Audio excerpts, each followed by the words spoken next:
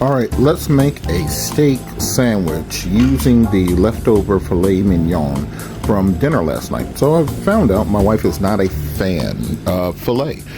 She likes a ribeye, she likes a strip, she does not like filet. So this was a filet mignon cooked last night, meat down to rare, 122 degrees. So it's going to take that, slice it up, thick slices because it's going to be a sandwich, and fillets don't have a lot of fat on them, so you want to give yourself a nice little chew. So I'm going to take that, wrap it in a little bit of foil. Then we're going to season it, a little salt, pepper, make sure the inside seasoned. Then we're going to add some garlic, we're going to add some thyme, we're going to add some olive oil to it. Actually roasted garlic that we had left over from last night also.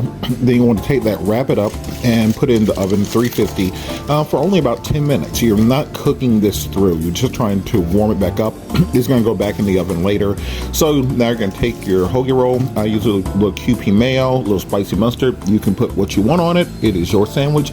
I technically don't know you, so this is what I like. If you don't like it, then put something else. I'm going to toss some mozzarella cheese on there also.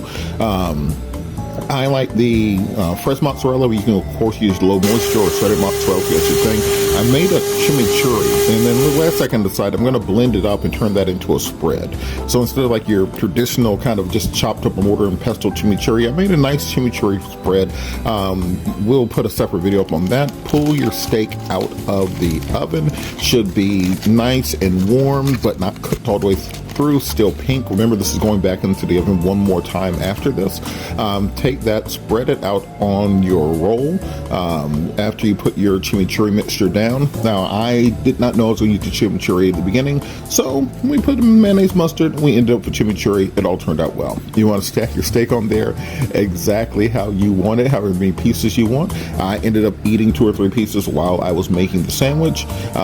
Those juices that come from the steak while they're in the oven, don't waste them. Put them right back on the sandwich too. Hell, it's your sandwich. Do what you want to do. Garlic too.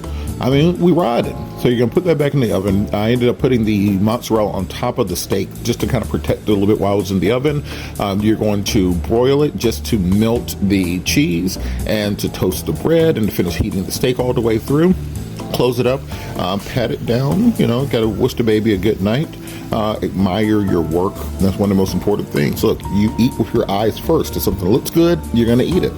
Slice that in half. I ended up slicing it actually into quarters because my New Year's resolution is to not eat entire foot-long steak sandwiches a few times a day. So this is actually 3 meals. And turned out good. I'm telling you, try this.